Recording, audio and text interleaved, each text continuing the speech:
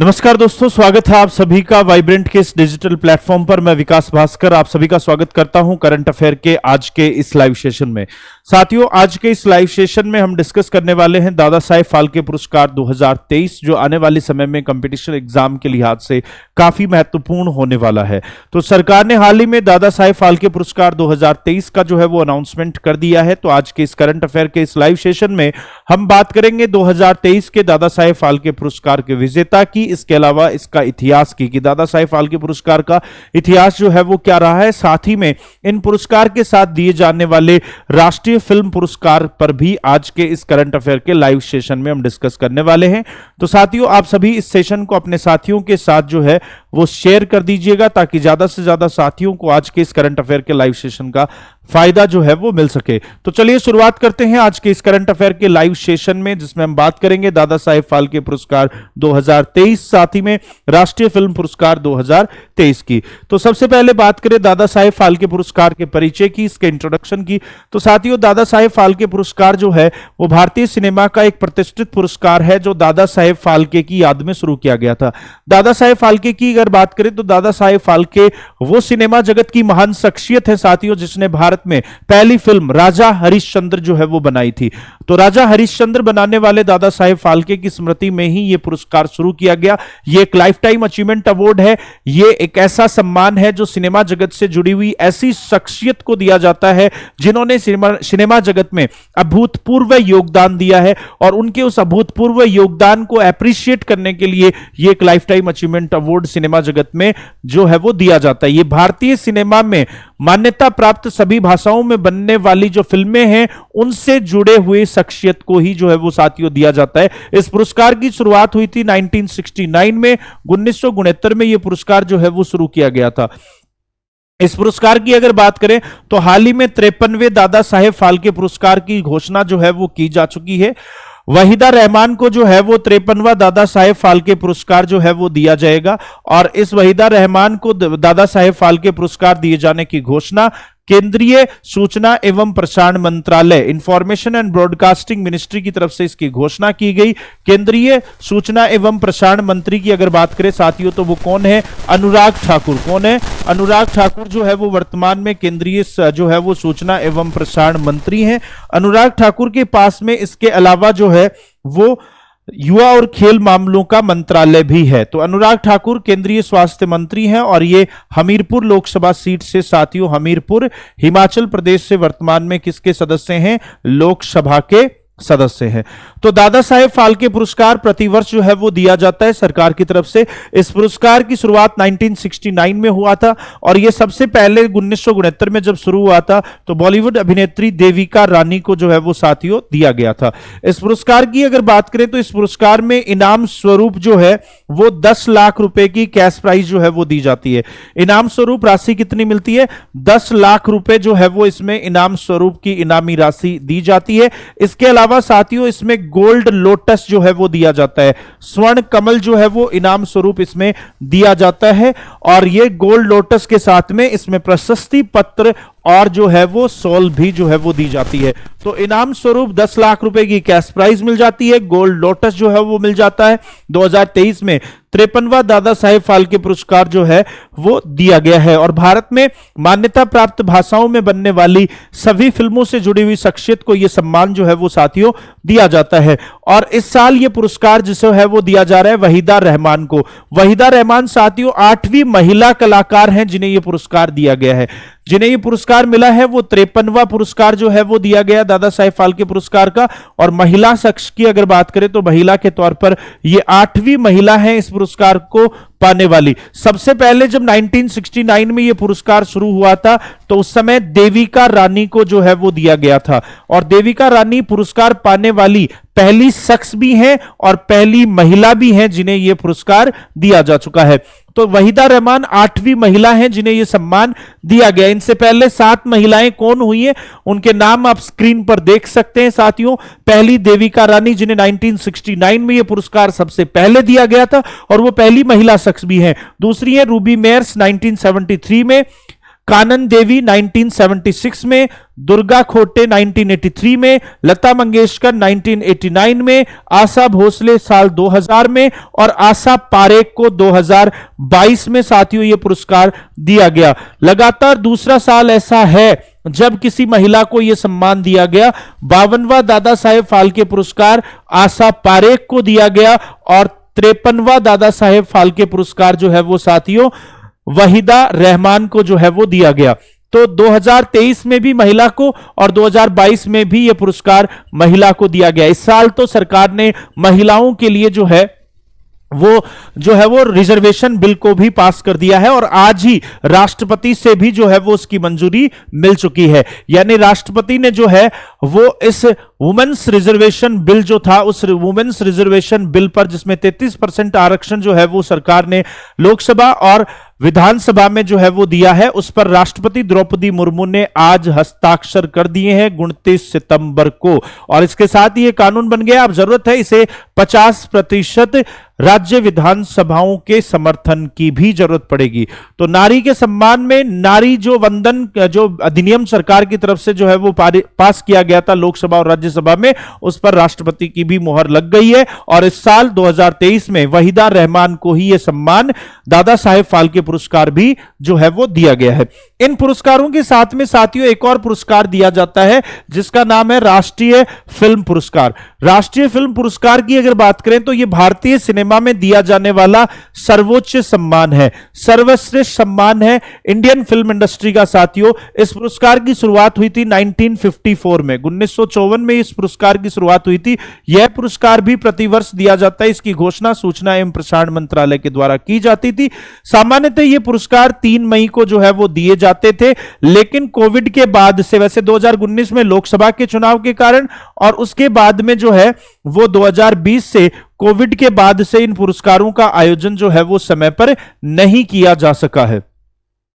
तो 1954 में यह पुरस्कार जब भारत रत्न शुरू हुआ था, जब सिविलियन अवार्ड नागरिक सम्मान जो है वो शुरू किए गए थे, उन्हीं के साथ राष्ट्रीय फिल्म पुरस्कारों की शुरुआत जो है वो की गई थी।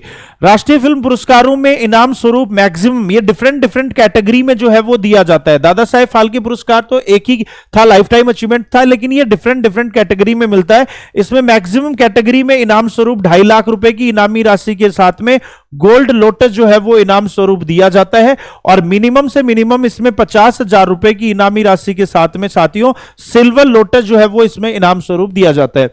यह भारत में मान्यता प्राप्त संविधान में 22 मान्यता प्राप्त भाषाओं में बनने वाली जो फिल्में हैं उन फिल्मों को दिया जाता है। यानी यह नहीं कि केवल यह एक हिंदी भाषी सम्मान है या हिंदी फिल्म इंडस्ट्री में बनने वाली फिल्मों को ही दिया जाता है, बल्कि यह सम्मान भारत में मान्यता प्राप्त 8वीं अनुसूची के तहत जो वर्तमान में 22 मान्यता प्राप्त भाषाएं हैं, उन भाषाओं में बनने वाली सभी फिल्मों के लिए राष्ट्रीय फिल्म पुरस्कार साथियों दिए जाते हैं। अलग अलग जोन से कमेटियां बनती हैं और उसके बाद वो नामों की recommendation information and broadcasting ministry के पास जाती है और इंफॉर्मेशन एंड ब्रॉडकास्टिंग मिनिस्ट्री आधिकारिक रूप से इन पुरस्कारों की घोषणा करता है। और इस साल 2023 में 69वें राष्ट्रीय फिल्म पुरस्कारों का आयोजन जो है वो साथियों किया गया और 69वें राष्ट्रीय फिल्म पुरस्कार में जो है वो अलग अलग कैटेगरी में पुरस्कार दिए गए, जिसमें सर्वश्रेष्ठ फिल्म की अगर बात करें, जो क्रिटिक्स वाइज सर्वश्रेष्ठ फिल्म थी, वो बेस्ट फीचर फिल्म का अवार्ड जो है वो किसको दिया गया, R Madhavan starrer film Rocketry को सर्वश्रेष्ठ फिल्म का पुरस्कार जो है वो दिया गया। वहीं बेस्ट डायरेक्टर निखिल महाजन को फिल्म गोदावरी के लिए जो है वो बेस्ट डायरेक्टर का अवार्ड दिया गया। Best popular film providing wholesale internet entertainment यानी जो है वो साल की भरपूर मनोरंजन प्रदान करने वाली film, best entertainer movie of the year का पुरस्कार फिल्म आरआरआर को दिया गया। फिल्म आरआरआर को जो है वो best entertainer movie of the year का पुरस्कार जो है वो दिया गया। साथ ही में बेस्ट जो है वो राष्ट्रीय एकता पर बेस्ट फीचर फिल्म के लिए द नरगिस दत्त पुरस्कार साथियों किस फिल्म को दिया गया, द कश्मीर फाइल को नरगिस दत्त पुरस्कार, जो राष्ट्रीय एकता के लिए दिया जाने वाला पुरस्कार है, जो राष्ट्रीय फिल्म पुरस्कारों में एक विशेष कैटेगरी है। वहीं बेस्ट एक्टर की अगर बात करें तो अल्लू अर्जुन को पुष्पद राज फिल्म पुष्पद राज के लिए अल्लू अर्जुन को जो है वो बेस्ट एक्टर के अवार्ड से सम्मानित किया गया। पुष्पद राज पार्ट 2 भी जो है वो आने वाला है, पुष्पा झुकेगा नहीं। तो अल्लू अर्जुन का जो फर्स्ट जो पार्ट था, पुष्पा का जो फर्स्ट पार्ट था, उसके लिए अल्लू अर्जुन को बेस्ट एक्टर का अवार्ड दिया गया। वहीं बेस्ट एक्ट्रेस आलिया भट्ट, गंगूबाई काठियावाड़ के लिए आलिया भट्ट को बेस्ट एक्टर के अवार्ड, एक्ट्रेस के अवार्ड से सम्मानित किया गया।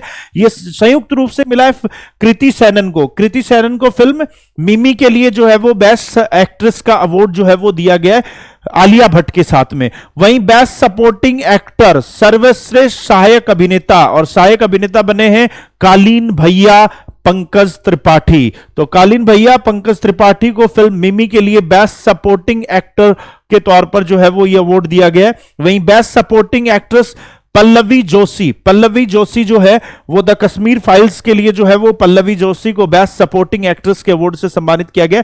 पूरी लिस्ट आप देख सकते हैं, इसका स्क्रीनशॉट आप ले सकते हैं। टेलीग्राम पे जो है वो आपको इसकी लिस्ट जो है वो प्रोवाइड करवा दी जाएगी। आने वाले समय में ये एग्जाम के लिहाज से काफी इंपॉर्टेंट होने वाले हैं साथियों। इसके अलावा सर्वश्रेष्ठ हिंदी फिल्म, जो बेस्ट हिंदी फिल्म है, इसमें एक तो बेस्ट फीचर फिल्म था जो सभी भाषाओं में सर्वश्रेष्ठ थी, फिल्म रॉकेटरी। वहीं अलग अलग भाषा में, जैसे बेस्ट हिंदी मूवी है वैसे ही बेस्ट तेलुगु, तमिल, कन्नड़, अलग अलग भाषाओं में दी जाती है।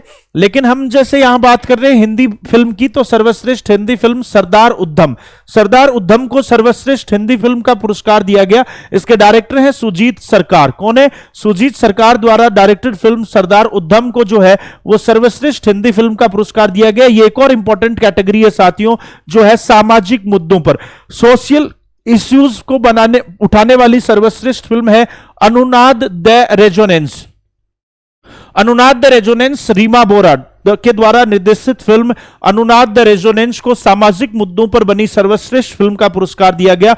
वहीं एनवायरमेंट के लिए, पर्यावरण संरक्षण के लिए बनी सर्वश्रेष्ठ फिल्म जो है वो आवास व्यूहम, कृष्णनंद की जो है वो आवास व्यूहम को सर्वश्रेष्ठ पर्यावरण संरक्षण के लिए चुनी गई फिल्म के तौर पर सर्वश्रेष्ठ फिल्म का पुरस्कार मिला है। और इसमें सर्वोत्तम पुस्तक के तौर पर इस साल जिस बुक को बेस्ट बुक के तौर पर जो चुना गया है राष्ट्रीय फिल्म पुरस्कारों में, वो लक्ष्मीकांत प्यारेलाल द्वारा संगीत द इनक्रेडिबली मेलोडियस जर्नी को बेस्ट बुक की कैटेगरी में पुरस्कार दिए गए हैं। 69वें जो राष्ट्रीय फिल्म पुरस्कार है साथियों, उस 69वें राष्ट्रीय फिल्म पुरस्कार में सबसे ज्यादा 6 कैटेगरी में फिल्म आरआरआर को पुरस्कार दिए गए हैं। सबसे ज्यादा कैटेगरी में फिल्म आरआरआर को सबसे ज्यादा कैटेगरी में पुरस्कार दिए गए हैं।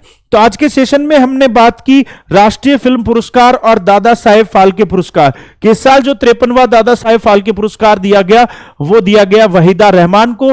2022 में जो 52वां दादा साहेब फाल्के पुरस्कार मिला था साथियों, वो मिला था आशा पारेख को। 51वां दादा साहेब फाल्के पुरस्कार मिला था फिल्म अभिनेता रजनीकांत को। 50वां दादा साहेब फाल्के पुरस्कार जो दिया गया था वो अमिताभ बच्चन को दिया गया था।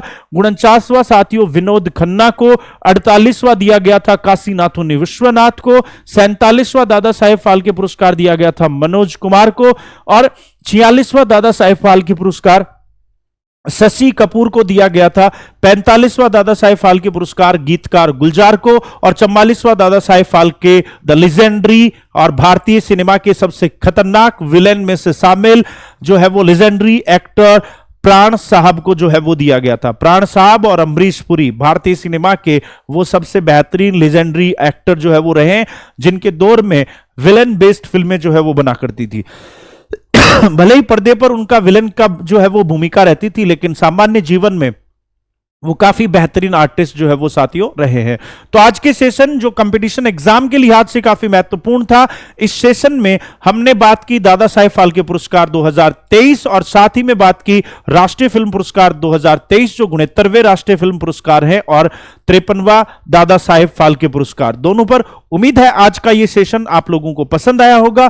ऐसे ही करंट अफेयर के इस लाइव सेशन के लिए आप जुड़े रहे vibrant e learning digital platform पर, और इस सेशन से संबंधित पीडीएफ फाइल आपको टेलीग्राम चैनल पर प्रोवाइड करवा दी जाएगी। आज के सेशन से जुड़ने के लिए आप सभी साथियों का बहुत बहुत धन्यवाद। मिलते हैं एक और नए करंट अफेयर के सेशन के साथ बहुत जल्द। तब तक के लिए सभी साथियों का बहुत बहुत धन्यवाद। शुभ रात्रि, गुड नाइट।